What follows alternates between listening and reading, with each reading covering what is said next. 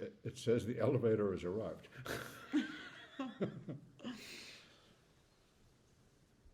I wonder if it recorded the last thing. But tell me about that proxy marriage again, because that's pretty funny. Well, my mother could be a very determined person, and my father could be a very determined person. They both had a lot of character and personality, and this idea they were simply weren't going to let mother-in-law and mother interfere with what they wanted. My mother said something which, for many years, I didn't quite understand because I was too small. She kept saying about how the young men she had known when she was a young girl always put her on a pedestal, and that's understandable if one could find pictures of her as a child. She was beautiful. And your father, thank God, pulled me off the pedestal. And so that the whole sexuality and intimacy and physical contact was, again, in the 1920s, 30s, was not something that people discussed in South American polite society. And, yet there are people who discover they do have a libido and they delight in exercising it. So there was again something fundamentally true about my dad, which was that he didn't pretend. His failings were his failings, so he didn't pretend to be perfect. He didn't pretend to be your priest or, your king or someone who was playing a role, right? He certainly knew how to play roles. He sometimes loved to turn around and make sure that no one was looking, and then he'd wink at me to sort of say, "This is just a role. That's for them. You and I know better." Right? So Belgium was the first place you remember living? We lived outside. The first time we lived outside the United States that I remember quite well.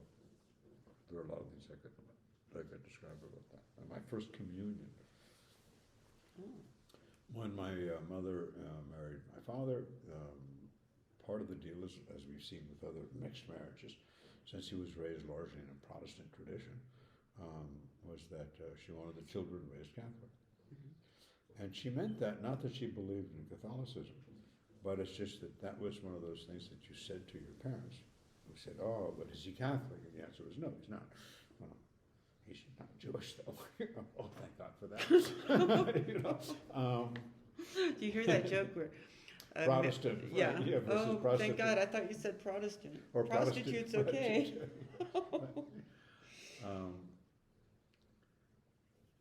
And one of the things which my father taught her, more than she had learned herself, is you take some of those commitments very seriously. As part of your own honor, you say to your mother, "I raised the children Catholic." That's what you do. Did you go to church when you were little? Mm-hmm. Really? Well, oh goodness! But that's how you all know. That's how you know some Latin church phrases. The servants were French-speaking Walloon Belgians. They were all Catholic. In the same way, if you went to Spain, the assumption that they're all Catholic is probably not a crazy one. It's part of the culture. If you go to Vermont, you assume they're all Protestants. So the thing which so many of my friends who were not happy with their parents, I can't stand my mother, or I ran away from my father, whatever, those kinds of stories, were somebody they didn't understand and whose behavior was repellent, some specific fashion they could point to. And I always thought I was so fucking lucky. I had parents who were not bad parents, and I remember saying to my brother several times, "How have they harmed you?"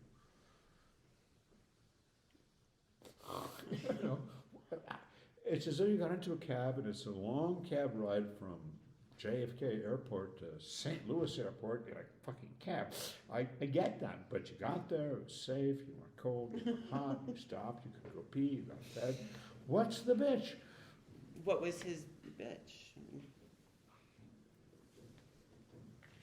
He expected to not have to work. He didn't work. His That expectations worked with Mom, it didn't work with Dad.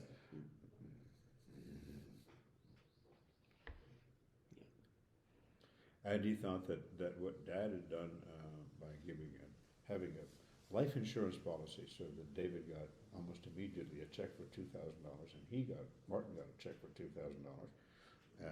with a note that said, check on your mom. This is to make sure you can get to your mom, whatever your circumstances are. And I thought that was fine. A lot of good things have been put on my plate. A lot of good things have been put on his table. I didn't think I had a bitch.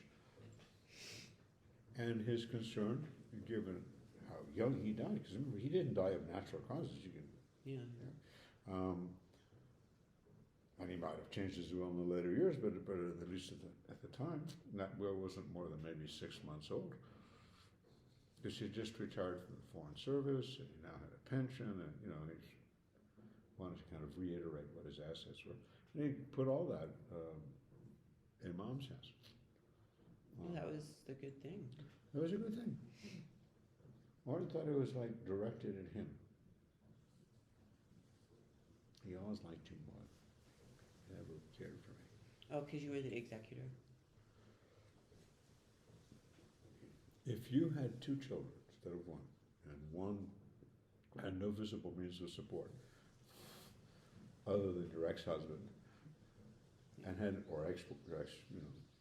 girlfriend, and had lived that way forever, and whenever you talked to him about what he was planning to do next, gave you some kind of not quite credible, somewhat based on fantasy. Yeah, I'm gonna go to Canada and go to the University of Toronto and get 3 PhDs, and I'm going to be the head of the Canadian power company. And you're like, you don't even know how to change a light bulb. I mean, it doesn't seem like your interest, right? It's one of the delightful things about thinking about someone like Salome is you kind of go like, not too much. I don't think she could do what she wanted to. If she wanted to become an attorney, she could become an attorney. If she wanted to become a banker, she could become a banker. If she wanted to become an engineer, if she wanted to become a scientist. I mean, she's really, very well prepared to do a lot of different things, and she's inquisitive enough, and not so rigid in her inbox that she wouldn't consider. Oh no, I'd never do that. No, I don't even like that. Like my father's statement to my mother, don't be a fool, you know you hate cows, you're scared of cows. Which would have been a true statement in her case. There's nothing like that in Salome's makeup. I mean, if somebody said, Patagonia ranching, and it's interesting biology also, and it's phenomenal how you could take cellulose and turn it into protein and sugar by a 4-step fermentation process. It's not uninteresting. Why do we call it? After Belgium, did you go back to DC Washington. for how long? Was this Fox Hill Road? Foxhall Road. Right. This is where you showed me the whale. Yes. Yeah. Battery Kimball.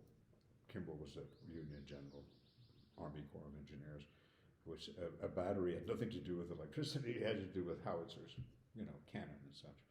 The great fear was the Potomac was narrow at that point if you kept going due south. And, Johnny Rabbit comes swarming across the Potomac some night and starts sacking Washington, D.C. And that was not an idle threat. When you remember what a kind of fuck-up was the Battle of First Manassas and Second Manassas, the Southerners would call it. We would call it Bull Run 1 and Bull Run 2. The Confederates had shown themselves far better officered and far prepared to win and not flee. So we were a bunch of French up against a bunch of Nazis. It was before noon. We had to have lunch, right? I like that. I would rather be the French part, but but it's for each thing. And they bought a house that was the most magnificent of houses on the corner of Foxhall Road and Dexter Street.